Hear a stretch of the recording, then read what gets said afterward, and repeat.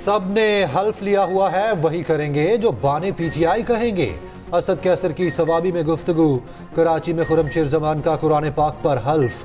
Video پیغام میں بانی پی ٹی آئی اور نشست وفاداری کا عہد کیا. ادھر پشاور میں مسجد میں سیاسی بات کرنے پر تلخ کلامی. نماز جمعہ کے دوران امام مسجد نے سیاسی بات کہی. پی ٹی آئی رہنما اقبال آفریدی نے روک دیا.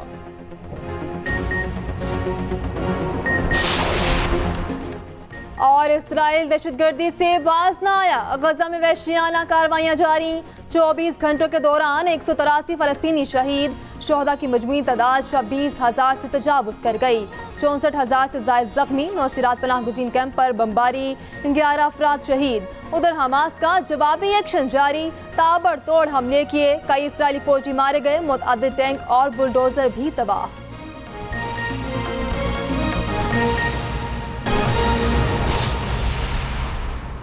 مسلم لیگ نون آج اپنا انتخابی منشور پیش کرے گی. منشور کا عنوان پاکستان کو نواز تو ہوگا. مرکزی تقریب ماڈل ٹاؤن لاہور میں ہوگی. نواز شریف، شہباز شریف، مریم نواز اور دیگر رہنما موجود ہوں گے. قائدین عوام کو پارٹی کے انتخابی منشور کے نمایاں نکات سے آگاہ کریں گے. مہنگائی کا خاتمہ، معاشی انقلاب، صحت اور تعلیمی اصلاحات منشور کا حصہ ہوں گی. نوجوانوں کے لیے سب سے زیادہ مواد دینے کا وعدہ بھی منشور کا حصہ ہے. مزید کیا تفصیلات ہے جانتے ہیں ندیم چودھری سے. ندیم، آگاہ کیجیے گا. جی رمشا، بالکل. پاکستان مسلم لیگ نون کے منشور کے حوالے سے عوام اور مخالف جو سیاسی جماعتیں ہیں وہ کافی باتیں کر رہی تھی، لیکن پاکستان مسلم لیگ نون نے تقریباً 3.25 ماہ کی مسلسل کوششوں کے بعد آج اپنے منشور کا اعلان کرنے جا رہی ہے. یہ جو تقریب ہے، یہ تقریب کا انعقاد کیا جائے گا پاکستان مسلم لیگ نون کا جو مرکزی پارٹی سیکریٹریٹ ہے ماڈل ٹاؤن، اور اس تقریب کے مہمان خصوصی ہوں گے قائد مسلم لیگ نون نواز شریف. اور اس تقریب میں پارٹی کے صدر شہباز شریف، مریم نواز، حمزہ شہباز، اسحاق ڈار، خواجہ آصف، احسن اقبال سے مسلم لیگ نون کی تمام جو سینئر قیادت ہے وہ آج کے اس تقریب میں شریک ہوگی. آج جب منشور پیش کیا جائے گا تو اس کو کتابی صورت میں پیش کیا جائے گا. پارٹی رائے کا یہ کہنا ہے کہ یہ منشور کا جو عنوان ہے وہ پاکستان کو نواز دو ہوگا، جبکہ ساتھ ساتھ نون لیگ کا جو بیانیہ ہے وہ اس کا بھی آج اعلان کیا جائے گا، جس میں ہوگا کہ 9 مئی والے نہیں، ہم 28 مئی والے ہیں. پاکستان مسلم لیگ نون کے ذرائع کا یہ دعویٰ ہے کہ آج جو منشور پیش کیا جا رہا ہے اس میں عوام کو شارٹ ٹرم اور لانگ ٹرم منصوبوں کے ذریعے فوری طور پر ریلیف دینے کے جو منصوبے ہیں وہ اس کا بھی منشور میں اعلان کیا جائے گا.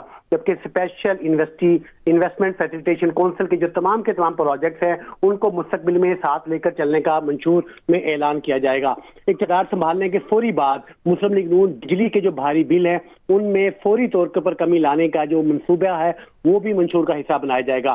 پاکستان مسلم لیگ نون کے ذرائع کا یہ کہنا ہے کہ آج کا جو منشور پیش کیا جا رہا ہے اس میں سب سے بڑا حصہ نوجوانوں کے لیے، چاہے ان کے لیے تعلیمی میدان ہو یا ان کو آسان قرضہ جات ہو یا روزگار کے مواقع ہوں، ان تمام کے لیے، نوجوانوں کے لیے بہت زیادہ تعداد اور مقدار میں جو وعدے ہیں اور جو منصوبے ہیں وہ آج کے اس منشور میں پیش کیے جا رہے ہیں. جبکہ جو خواتین کی ترقی ہے، چاہے وہ ان کے تعلیمی میدان کے حوالے سے ہوں، ان کی صحت کے حوالے سے ہوں یا ان کو روزگار کے حوالے سے ہو، تو خواتین کی جو ترقی ہے وہ بھی آج کے مسلم لیگ نون کے منشور میں شامل ہے. اس کے ساتھ ساتھ آزاد خارجہ پالیسی اور ہمسایہ سے سمیت دیگر جو ممالک ہیں ان کے ساتھ جو تعلقات ہیں ان کو بھی منشور میں بنیادی حیثیت ہو رہی ہے.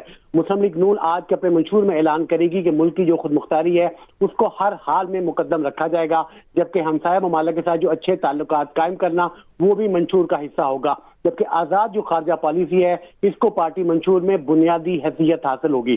اس کے ساتھ ساتھ معاشی بدحالی کے خاتمے اور معاشی خود مختاری کا حصول اور اس کے ساتھ ساتھ بیرونی قرضوں سے نجات کے لیے جو منصوبے ہیں وہ بھی آج کے منشور کا بنیادی حصہ پیش کیا جائے گا. ندیم چودھری، آپ کا شکریہ.